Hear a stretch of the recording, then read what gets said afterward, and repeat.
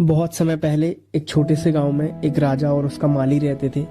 राजा का नाम वीर सिंह था और माली का नाम रामू था।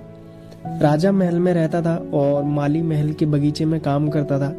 माली का काम था बगीचे को सुंदर और हरा भरा बनाए रखना। रामू अपने काम में बहुत मेहनती था। वह दिन रात बगीचे में पौधे की देखभाल करता था, फूलों को पानी देता था और पेड़ों को साफ कर। राजा वीर सिंह भी बगीचे को बहुत पसंद करता था और अक्सर वहां आकर माली से बात करता था। धीरे धीरे दोनों में एक गहरी दोस्ती हो गई। राजा ने एक दिन माली से पूछा, रामू तुम रोज इतना मेहनत करते हो, तुम्हें आराम नहीं चाहिए? रामू हंसते हुए जवाब देता है, महाराज यह बगीचा मेरे लिए एक उपहार है। जब मैं देखता हूँ कि पौधे बढ़ते हैं और फूल खिलते हैं तो मुझे बहुत खुशी होती है। राजा उसकी बातें सुनकर बहुत प्रभावित हुआ और एक दिन राजा ने सोचा कि क्यों न माली को कुछ खास तोहफा दिया जाए ताकि उसकी मेहनत को सराहा जा सके। उसने अपने मंत्रियों से कहा, रामू के लिए बगीचे में के बीचों बीच एक छोटा सा घर बनवाओ।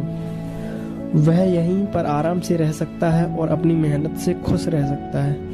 मंत्री ने राजा के आदेश का पालन किया और जल्द ही बगीचे के बीच एक सुंदर सा घर बनवा दिया गया। रामू को यह तोहफा मिलते ही वह बहुत खुश हुआ और राजा को धन्यवाद किया।